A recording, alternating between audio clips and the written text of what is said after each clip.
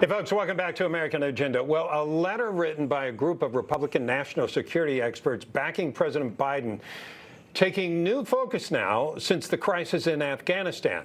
This was last year. Quote, "We are firmly convinced that it is in the best interest of our nation that Vice President Joe Biden be elected as the next president of the United States, and we will vote for him." For reaction on this, let's bring in New York Times bestselling author and historian Craig Shirley and presidential historian and author of the Inside Trump's White House, Doug Weed. Doug, I'll start with you. The irony there of what the record has been over the past 7 months, whether a lot of people wondering whether these people might want to reconsider that recommendation. Yes, this has been a tragic week for the United States. Nothing like it quite in memory. To think that Joe Biden said that our greatest enemy and our greatest danger was white supremacy. And to people comparing him to Jimmy Carter, Jimmy Carter did not cause the hostage crisis in 1979. It happened. 52 were taken hostage. Now there may be thousands taken hostage. And Heather and Bob, the one thing you're not hearing on the media that we should hear is who are these American citizens, most of them that are trapped in Afghanistan. They're former military who stayed on to serve in the private sector for bonuses encouraged by our own military so that we would stay under the numbers that Congress and the president prescribed. They stayed on instead of coming home to their wives or husbands and children, and they never dreamed that America would abandon them there.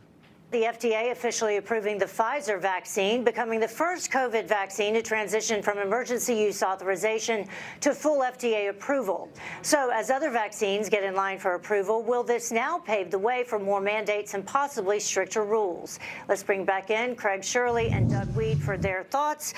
Doug, what do you think about this being finally no longer just emergency use authorization? Well, Heather, Bob, this whole discussion has me troubled. I believe in vaccine, and I was vaccinated. And I remember as a child, we were proud of the polio vaccine. Everybody got it. We wanted to get it. We were ordered to get it. We got it. But it went through all the trials that now the Pfizer vaccine has apparently passed. And we haven't had these trials. And so I respect the fact that there are scientists and doctors who want to talk about it. That, to me, what's troubling is the extinguishing of any discussion and freedom of speech, and having Facebook and Twitter and big tech canceling out some of our greatest medical professionals and scientists in the world. We should have healthy discussions about this. It's wonderful, it's great, but let's not end freedom of speech. Yeah, I wanted to ask you, Craig, maybe a crazy question, but you're a Reagan expert. Ronald Reagan, can you imagine him having mandates as far as vaccines are concerned? No, absolutely not. Reagan was a student of the American Constitution, and he knew the 10 amendments intimately, including the Fourth Amendment, which prevents the government from compelling us to do what we don't want to do. And he would never have issued any mandate order. He would have urged us to voluntarily get vaccinations and voluntarily take practices and voluntarily, protect ourselves. But never, ever would he use government to coerce any of us into doing anything we didn't want to do, and more importantly, we shouldn't do. And speaking of that, take a look at what's happening in Australia right now, Doug. Australian government cracking down on those who refuse the lockdown and refuse the vaccination. Police rolling through the city, arresting people who are not vaccinated and break the curfew or the lockdown. Do you think that we're on our way to become the next Australia? Wow. In some respects, I think, Heather, we've gone beyond Australia, but this was what I was talking about. This is what is so troubling.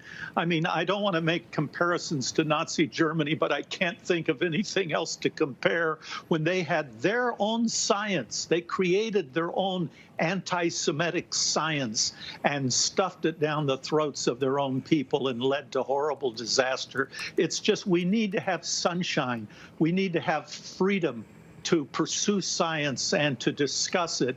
And we don't need police on the streets trying to force a government opinion. Craig, we only have about half a minute here. What we know of this presidency, better than Jimmy Carter, worse than Jimmy Carter? I think the jury is still out on that. I think that comparing Jimmy Carter's loss of Iran and Joe Biden's loss of Afghanistan are important turning points in history. The only question now is, of course, Iran, we were left with hostages there that Reagan had to get out once his presidency took hold. It's a question of whether the hostages are taken in Afghanistan. American hostages are taken in Afghanistan. But I would say the two of them would rank among the worst presidents in American history. It feels like it. I'm old enough to remember that era. So we'll talk more about this, Joe. How about the loss of America? How about the loss of America? Yeah, we're not going to lose America. We've got to go right now. Craig Shirley, Doug Weed, thank you, gentlemen, for joining us.